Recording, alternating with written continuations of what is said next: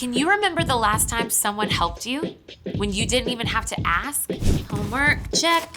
Lunch, got it. Water bottle. I forgot. Oh, I packed it for you. Check the side pocket. Oh, thanks. Maybe it was working on a project. Hello? Hey, do you want to come play soccer today at the park? I can't. I gotta finish this painting and it's not working. Ooh, I love painting. Want some help? Sure. You're the best. See, it's an amazing feeling when someone helps you out, especially when you don't have to ask. But guess what? You can be that kind of helper too. You can take initiative. Initiative is seeing what needs to be done and doing it. You don't have to wait for someone to ask. You can jump right in. When you see a friend struggling to keep a door open, run over and hold it for them. Or if you see your sibling made a mess with their toys, you can help them clean it up. Could be you notice the garbage is full. You don't have to wait for mom or dad to empty it. You can do that. Or if you drink the last of the milk, Mom, we're out of milk. I'll write it on the list. When you take initiative to help others, they can experience God's love. After all, God took initiative to take care of our greatest need by sending Jesus. God made a way when we were unable to help ourselves. So as we see what needs to be done and do it, others see God at work. That's why initiative is an amazing way to worship God with your life. Because worship is about more than just singing loud. It's all about living loud.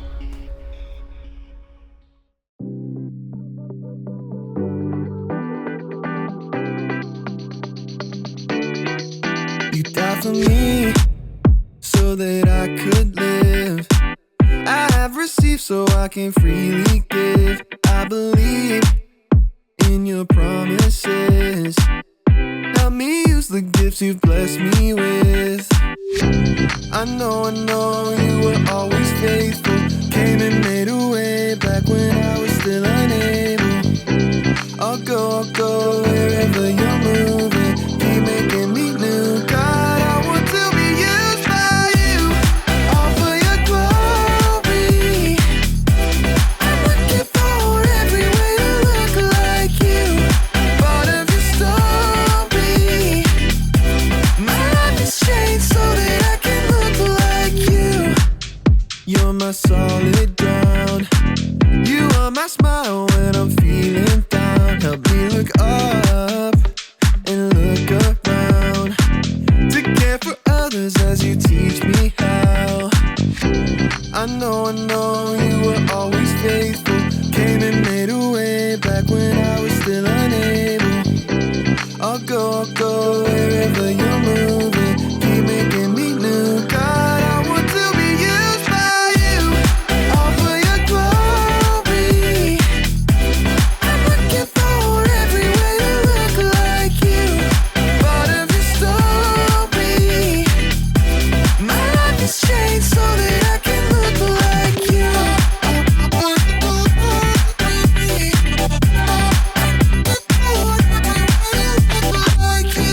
I know you were always faithful.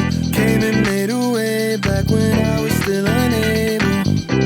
I'll go wherever you're moving. Keep making me new. God, I want to be used by you. All for your glory. I'm looking for every way to look like you. Part of your story. My life has changed so that I can look like you.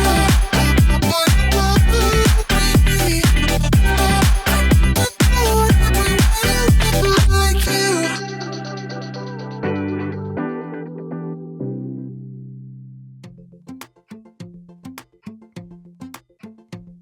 Hey there, welcome to Story Lab. This week we're taking a look at the story of a sister who really stepped up for her brother.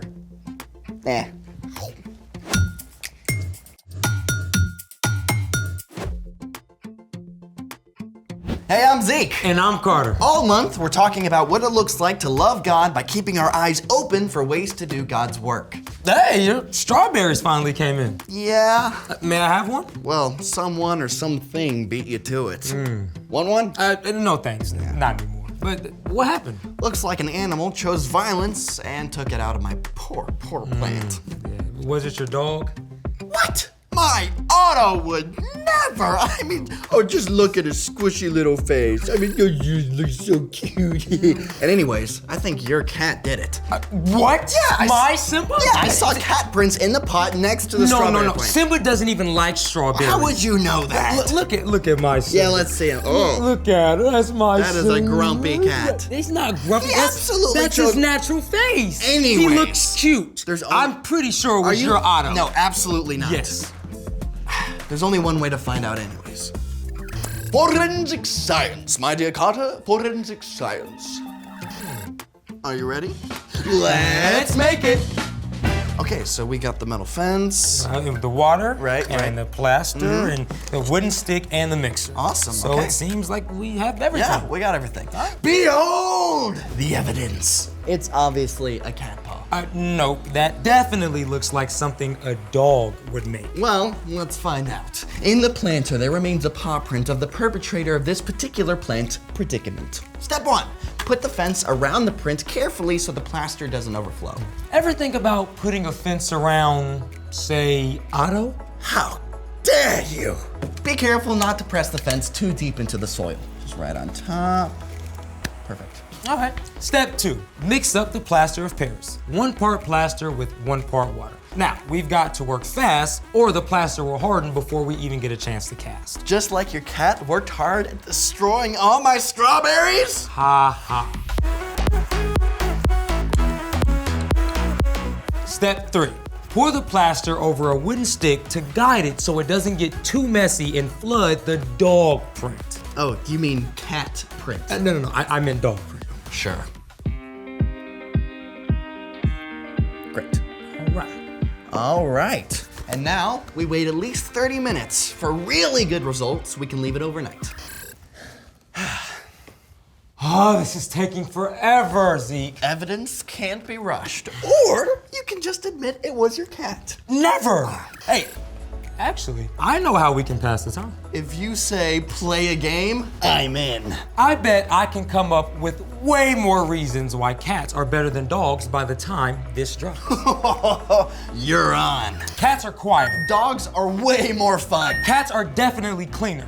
Dogs are more cuddly. My cat is totally cuddly. Dogs have bigger ears. Cats can listen better. They're more fluffy, they're smarter.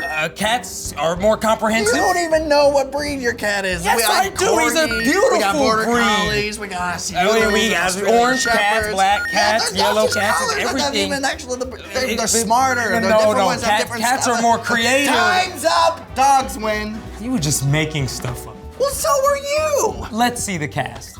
Okay, so it says here that a cat has 4 toes. Aha! This has 4 toes. See, 1, 2, 3, 4. Well, wait. So does a dog, okay? And a dog has a pad. And look, right there is a pad. Cats have pads too. Look, this print has claws. That is so a cat. I knew it. I'm right. You're wrong. Hold up. Actually, both animals have claws, but cat's claws do not show up on paw prints. Dog claws do show up. Oh. And a dog's paw print is oval. A cat's is round. Okay. This print looks oval-ish and clawful. Yes, I knew it. Sorry, Carter. I guess my good old pooch is the culprit. That rascal? Well, listen, it just means that your strawberries were really good. You know what? You're right. And to prove that there are no hard feelings, I'll help you plan some new ones. Oh, really? Yeah. That's awesome. Yeah, okay. Well, thanks for helping out. No problem. And speaking of helping, it's time for... The story before the story. Today, we're in the 2nd book of the Old Testament, Exodus. God created the whole world, including people, but people turned away from God. Still, God made a plan to bless the whole world through Abraham and Sarah's family. Their great-grandson, Joseph, was enslaved in Egypt. But after many hard years, Joseph was made second in command of Egypt and saved his whole family from starving. Over the years, Joseph's family, the Israelites, grew and grew. Until the Egyptian king, the Pharaoh, got scared, which is where our story starts. Take it away. Hey everyone, I'm Brian. The Egyptian pharaoh worried that there were too many Israelites. He was afraid that if war broke out, those Israelites might join the enemy. So the Egyptians enslaved the Israelites, or Hebrews, and forced them to do really hard work. But even though they were treated very badly, over hundreds of years, they kept growing in number. So the pharaoh came up with a terrible plan. He called for 2 Israelite midwives named Shiphrah and Puah. When you help a baby boy be born, get rid of it. But let the girls live. What? That's horrible! Thankfully, the midwives had respect for God and kept the baby boy safe. So the pharaoh gave a new order. Throw every Hebrew baby boy into the Nile River. Soon after, a man named Amram and his wife Jochebed had a new baby boy who they loved very much. Along with the baby's big sister, Miriam, they were determined to keep him safe. The soldiers are coming. They're getting closer. We've got to keep him quiet or... We can't let them throw him in the river. Quick, help me hide him. They were able to hide the baby for 3 months. But like all babies, he was getting bigger and louder. We can't keep this up. We have to think of something. And she did. Jochebed made a basket out of tall grasses. She coated the basket with tar. Jochebed placed the child in the basket. Then she and Miriam set it in the tall grass that grew along the bank of the Nile River. Miriam, stay close and make sure he's okay. Yes, Mama, I will. Miriam hid close by to be sure her baby brother stayed safe. But it wasn't long before the princess, the pharaoh's daughter, came down to the Nile River to take a bath. She heard the baby crying, so she asked one of her attendants to bring the basket. This is one of the Hebrew babies. Miriam saw everything and knew she had to act quickly. She gathered her courage and ran out of her hiding place. Do you want me to go and get one of the Hebrew women? She can nurse the baby for you. Yes, go. That was some seriously quick thinking on Miriam's part. She immediately went and got her mother. Take this baby and feed him for me. I'll pay you. Jochebed was able to take care of her baby, knowing that he would be safe. When the child was older, Jochebed took him to the pharaoh's daughter at the palace. The princess named the baby Moses and raised him as her own son. And thanks to the care and quick thinking of Jochebed and Miriam, Moses was saved. And many years later, when Moses was grown up, God used him to lead the Israelites out of Egypt. The end. Wow.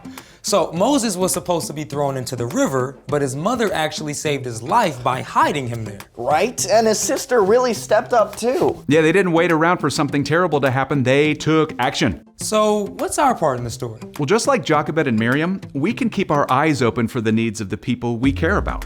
That takes initiative. Initiative is seeing what needs to be done and doing it. One of the best ways to practice initiative is to start with the people close to you, like your family and friends. Yeah, and I got to practice that last week after my mom ran a marathon. Whoa, she's like a superwoman. Yeah, but she was super sore the next day. So my sister and I decided to go and get whatever she needed so she wouldn't have to move. Oh, that's awesome. Oh, or if a friend has lost their water bottle, you can step in to help find it. Or you could clear the dinner dishes before you're asked. Or take initiative and call your grandparents first before they call you. Those are all great ideas. You can ask God to help you keep your eyes open for the needs of those around you, just like Jesus did. When we follow Jesus, God sends the Holy Spirit to live in us, so we don't have to do it on our own. So this week, keep your eyes open. Look for some ways to step it up and take initiative. Well, thank you, gentlemen, for taking the initiative to chat with me. Absolutely. You got it. See you next time. Bye, Brian. So, here's the thing. look for ways to help the people you love. Yeah, whether that's your mom or dad, Your grandparents, your siblings, or your close friends. Yeah. And speaking of help, let's plant some strawberries, and then we can make some strawberry shortcake. You know they're gonna take some time to grow, right? Well, the sooner we plant them, the sooner we can eat them. I can't argue with that. Thanks for joining us in the Story Lab. See you next time. All right, let's go ahead and start. Okay, so what are we exactly doing here? So what you're gonna be doing is you're gonna be picking all the seeds off the top of the strawberry. Wait, we're gonna be picking all the seeds individually, one by one. Out of the strawberry? Uh-huh. And you've done this before? Yep. It took me like 4 hours last time. 4 hours. Uh-huh. Ooh, this is exciting. Yeah, I'm having the time of my life.